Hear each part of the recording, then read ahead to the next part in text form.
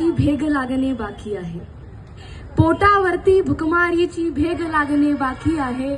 माणुसकीवर जातीच्या बसडाग लागणे बाकी आहे. पोटावरती भुकमारीची भेग लागणे बाकी आहे. माणुसकीवर जातीच्या बसडाग लागणे बाकी आहे. आणि दंगलीमध्ये धर्माचे बस संडावानी नारे देजो, कारण अजून मित्रा तुझ्या घराला आग लागणे बाकी आहे. कारण अजून मित्रा तुझ्या घराला आग लागणे बाकी आहे.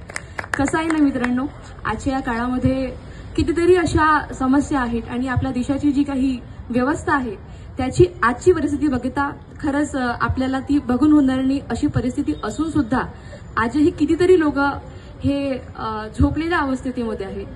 काय सुरू आहे देशामध्ये हेही कळत नाही आणि माहीत असलं तर कुणाला बोलायची हिंमत नाहीये. आपण म्हणतो की राजनीतीच्या आपल्या सोबत काही नातं नाहीये, पण खरं तर तुम्हाला पोलिओ डोस द्यायचं की नाही द्यायचं हेही निर्णय राजनीतीने घेतलाय. सो आपला कनेक्शन हा राजनीतीसोबत असला पाहिजे. आज कितीतरी स्पर्धांसाठी मुलं तयारी करतात, पण मुळात बघाल तर राजनीतीमध्ये जायला लोक अक्षरशः घाबरतात आणि जो जायला तयार आहे तर त्याला जाण्यात मागे ओढण्यात लोक हे करतायत. मला माझ्या काही विद्रोही ओळी आहेत तर मी त्या सादर करू इच्छिते. खोटीच तुमची चर्चा खोटा हिजाब आहे. खोटीच तुमची चर्चा खोटा हिजाब आहे. उठतात सवाल लाखो पण कोरा जवाब आहे. खोटीच तुमची चर्चा खोटा हिजाब आहे. उठतात सवाल लाखो पण कोरा जवाब आहे. देशात चालणारे खोटीच तुमची चर्चा खोटा हिजाब आहे. उठतात सवाल लाखो पण कोरा जवाब आहे. दिसणार कसे तुम्हाला देशात काहूर माजलेले. दिसणार कसे तुम्हाला देशात काहूर माजलेले.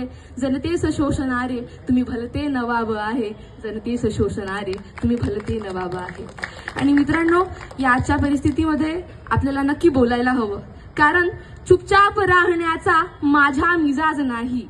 चुपचाप राहण्याचा माझा मिजाज नाही. मी बंडखोर आहे याला इलाज नाही. मी बंडखोर आहे याला इलाज नाही. आणि बेईमान शासनाचा मज भलताच राग येतो. बेईमान शासनाचा मज भलताच राग येतो. बडपावलांत माझ्या अन रक्तात आग आहे. ना भीत येते कुणाही ही सच्ची जबान माझी. अस्ति शयनात चूर सारे मी दणकीच जाग आहे. अस्ति शयनात चूर सारे मी दणकीच जाग आहे. मुळात मी यासाठी काही प्रिपेअर नव्हते, हे माझं वेळेवर झालं. आणि या व्यतिरिक्त मी तुम्हाला या रात्री मी तुम्हाला तुमच्या हरकत नसेल तर मी तुमच्या हरवलेल्या प्रेमाची नक्की आठवण करून देते. तर चालेल काय? चालेल.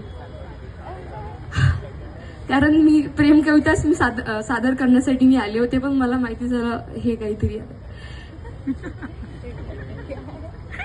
तुझे असे मला चोरून पाहणे चुकीचे आहे. तुझे असे मला चोरून पाहणे चुकीचे आहे. हळूच काळजात शिरून पाहणे चुकीचे आहे. तुझे असे मला चोरून पाहणे चुकीचे आहे. हळूच काळजात शिरून पाहणे चुकीचे आहे. भुंग्या समतू घिरट्या घालीत असतो अवतीभवती. भुंग्या समतू घिरट्या घालीत असतो अवतीभवती. मग मला पाहता फिरून पाहणे चुकीचे आहे. ही कविता प्रस्तुत करते तुमच्या हरवलेल्या प्रेमासाठी, तिच्या मनमोहक आठवणींसाठी, तिची मनामध्ये आठवण करून देण्यासाठी प्रस्तुत करत आहे. ती सध्या काय करते. स्वप्नांच्या गाभाऱ्यात ती रोज रात्री झरझरते. स्वप्नांच्या गाभाऱ्यात ती रोज रात्री झरझरते. आठवणींच्या सायेमध्ये अलगद माझ्या पाझरते.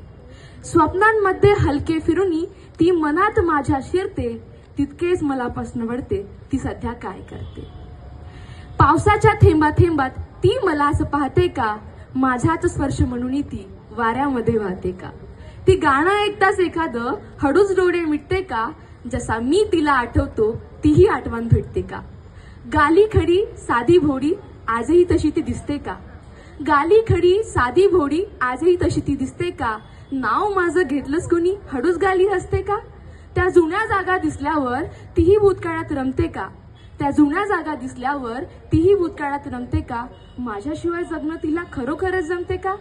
डोळे मिटता तडफडतो मी तीही तशीच तडफडते का. डोळे मिटता तडफडतो मी तीही तशीच तडफडते का. अनावर होताच रडतो मी तीही माझ्यासाठी रडते का. ती हरवली जिथे जाशना, काढही ते थरथरते. मग एकच प्रश्न उरते, ती सध्या काय करते? धन्यवाद.